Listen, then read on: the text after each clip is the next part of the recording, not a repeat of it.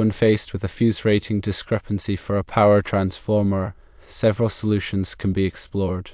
This specific scenario involves a power transformer with a capacity of 4.0 over 5.0 million volt amps with oil-immersed natural air or oil-immersed forced air cooling, 34.5 kilovolts to 480 volts wire with 277 volts, 6.5% impedance, oil-filled, 3-phase, 60 Hz. The designer specified a 160 amps fuse size for the primary load break switch of this transformer. The end user approved a specific brand of load break switch, which is limited to 100 amps maximum at 34.5 kilovolts application. The load break switch manufacturer does not allow switchgear manufacturers to design their fuses in parallel to achieve the required 160 amps rating. Firstly, contacting the load break switch manufacturer, in this case Arva, for a custom solution is a viable option. Inquire if they can provide a load break switch model that supports a 160 amps fuse. A custom solution may involve a larger load break switch or an alternative model that meets the required fuse rating. Evaluate the cost and lead time implications of custom solutions, as they may involve additional expenses and extended delivery times. Secondly, consulting with the transformer manufacturer is essential to determine if a fuse rating lower than 160 amps is acceptable. The transformer manufacturer may possess engineering data or experience to support a reduced fuse size, considering the specific transformer characteristics and application conditions. Discuss the situation with the transformer manufacturer, providing detailed information about the transformer specifications, load requirements, and operating conditions. They can analyze the potential impact of using a 100 amps fuse instead of the specified 160 amps fuse. The transformer manufacturer's assessment will help determine whether a reduced fuse size is acceptable without compromising the transformer's safety and performance.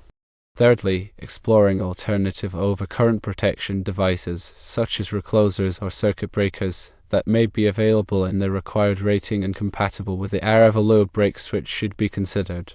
These alternatives offer different performance characteristics and may provide a suitable solution for the specific application. Evaluate the cost, performance, and maintenance considerations of these alternatives to determine the most appropriate option.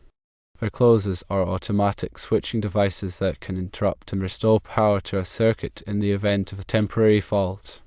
They are commonly used in distribution systems to improve reliability and minimize outages. Circuit breakers are electromechanical devices that protect electrical circuits from overcurrents and short circuits.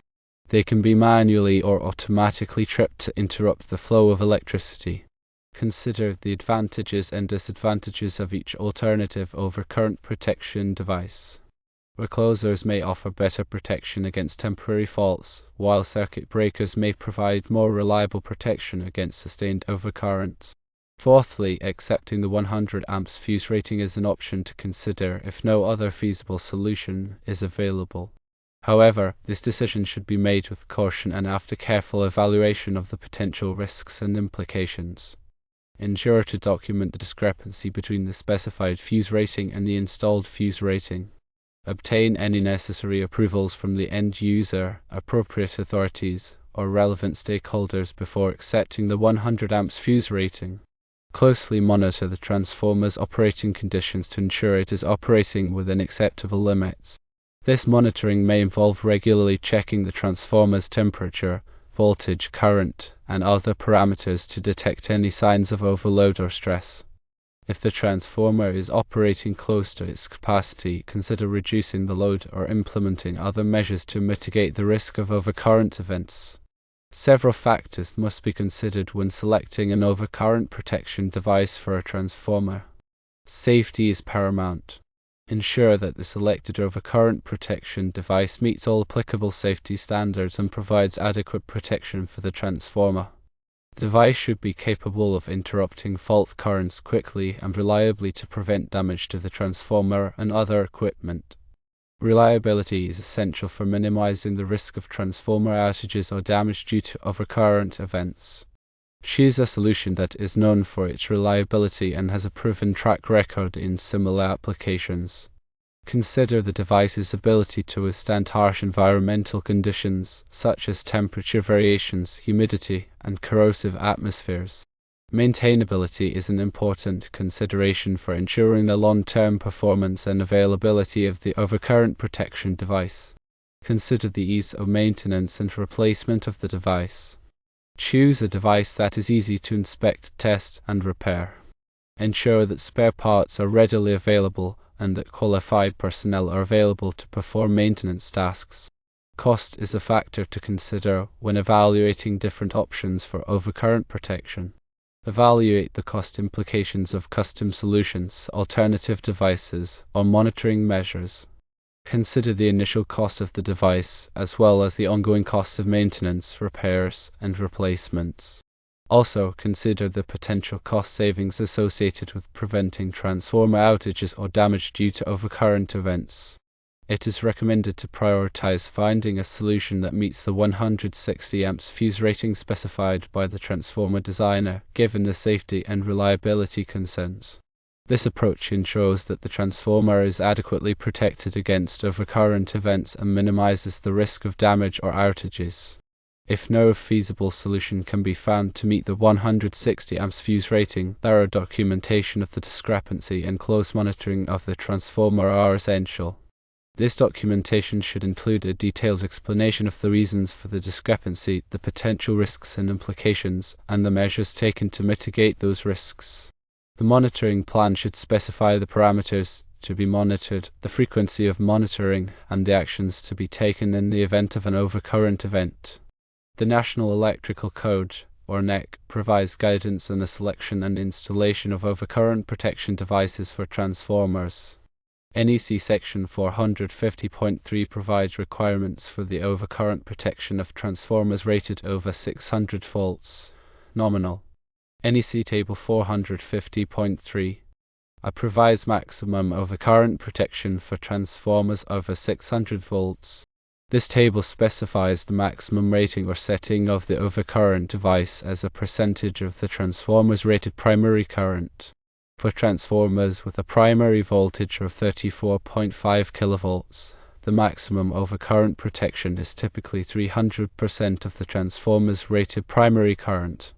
In this case, the transformer's rated primary current can be calculated as follows. The formula is primary current equals transformer volt-ampere rating divided by the square root of 3 multiplied by the primary voltage. Transformer volt-ampere rating is 4 million volt-amps. The primary voltage is 34,500 volts. Primary current equals 4 million divided by the square root of 3 times 34,500. Primary current equals 4 million divided by 59,674. Primary current equals 67.3 amps. The maximum overcurrent protection can then be calculated as 300% of the primary current, which is 3.0 times 67.3 amps, which equals 201.9 amps. Therefore, a 160 amps fuse would be acceptable under the NEC, as it is below the maximum allowable overcurrent protection of 201.9 amps.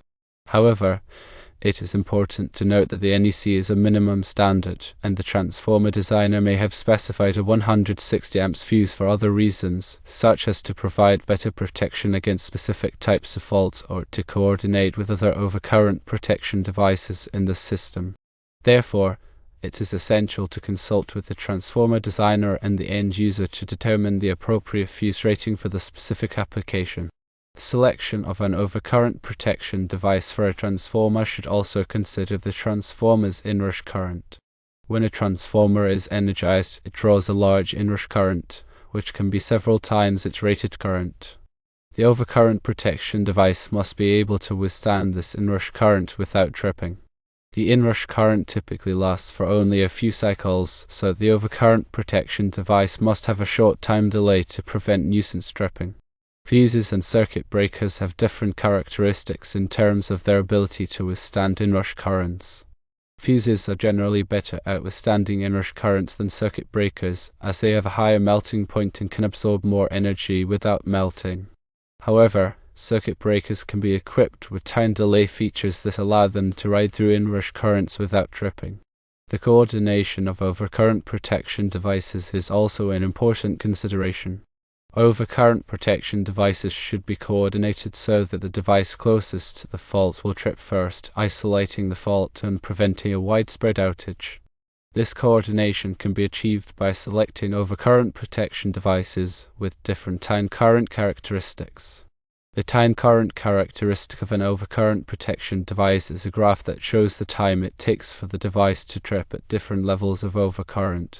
By selecting overcurrent protection devices with different time current characteristics, it is possible to ensure that the device closest to the fault will trip first.